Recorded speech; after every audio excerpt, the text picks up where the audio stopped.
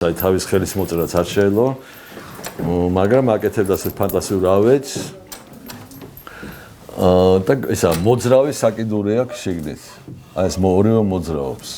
შეგიძლია უფრო გააფართოვო, ან პირიქით შეკუმშო, თუ ცოტა ტანისა მოსიკიდია.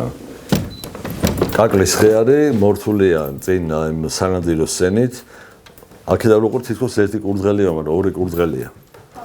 და სამი ხოხობია, ერთი კი არ არის, სამი ხოხობი. ხო. და აქეთ ყურძენი, აქეთ კომში და ვაშლი და პატარა იქ ირემი. ეს ხალიჩა, ფარდაგი უფრო სწორედ მოგსოვა ვიღაც ცნობილმა ზინა ჭანტურიამ, რომელიც 4 წელი მოუნდა თურმე ამის მოგსოვას. მაგრამ ხა უკუმა გვიკიდია, ეს არის პირი. რო არ გამოხუნდეს, უკუმა დაკიდეს რა. ვეროთ ინტენსიური აქედან, ვიდრე აქეთ ისა ფერი. ყველაფერი თვითონ გააკეთა, თვითონ დართო ძაფი, შეიძლება ნატურალური საღებავებით, ანუ აი ბეჟებისთვის იხმარა ისა. რა ქვია, წენგო, იმისი კაკლის. ასე იგი შესაბამისად, აი თუ ცოტა ხანი ხარშავ იმ წენგოს გაძლევს ღია ისა ბეჟს, თუ დიდხანს ხარშავ ყავისფერს.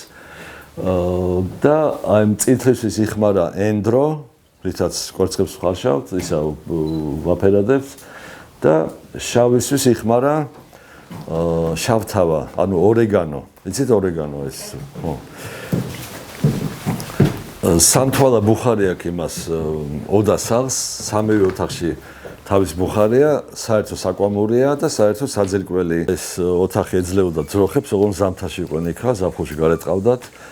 იქ პატარა საკუჭნაო ის არის კიდე აი ოთახი იქით დაგედილია და იგივე ნაჭაოჯინჯალის სისტემა შუა ცეცხლით მეგრელები პატრასკამის ეძახდნენ ჯორკოს ამ მაგიდებს ტაბლა და ჯორკო აქაც კიდელია აი დიდი ჭიქაროა იასნიას ყავისთვის არ არის იმ რო წველიდან ძროხას აგროვებდნენ შიგ იმას ნაღებს და მერე დღებავდნენ იმას კარაქს ორი სპეციალური სადგომები იყო დაახლოებით 2 საათი უნდა ასე აქნიო აქეთ-იქით და მერე კარაქი გამოდეს აი კედელზე რო კიდეა სატრიელებელი ეგ არის იმას ბაწარს წნავდნენ და მერე ატრიელებდნენ ზემოდან ანუ ახვევდნენ რომ პულა არ ეკიდოს ქვემოთ რო დევს არის სათაგური ონ კი არ იჭერს ჭეჭყავს იმ საწოდათ აქვს და ბლინჩიკებს აკეთებს აგვითა.